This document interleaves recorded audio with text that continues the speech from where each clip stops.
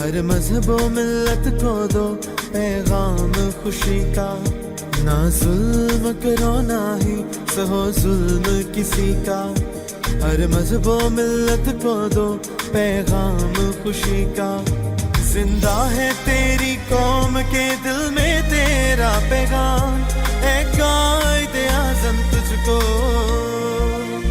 قوم کا سلام قوم کا سلام ایک عمر تلک تو نے کام کیا بہت کام کیا سنا ریکارڈنگ انجینئر تھے شاہد حسین. یہ پیشکش تھی ریڈیو پاکستان ایبٹ آباد کی. اس کے ساتھ ہی پروگرام ہم نوجوان اپنے اختتام کو پہنچا. اپنے میزبان شاکر خان تنولی کو اجازت دیجیے. اللہ حافظ.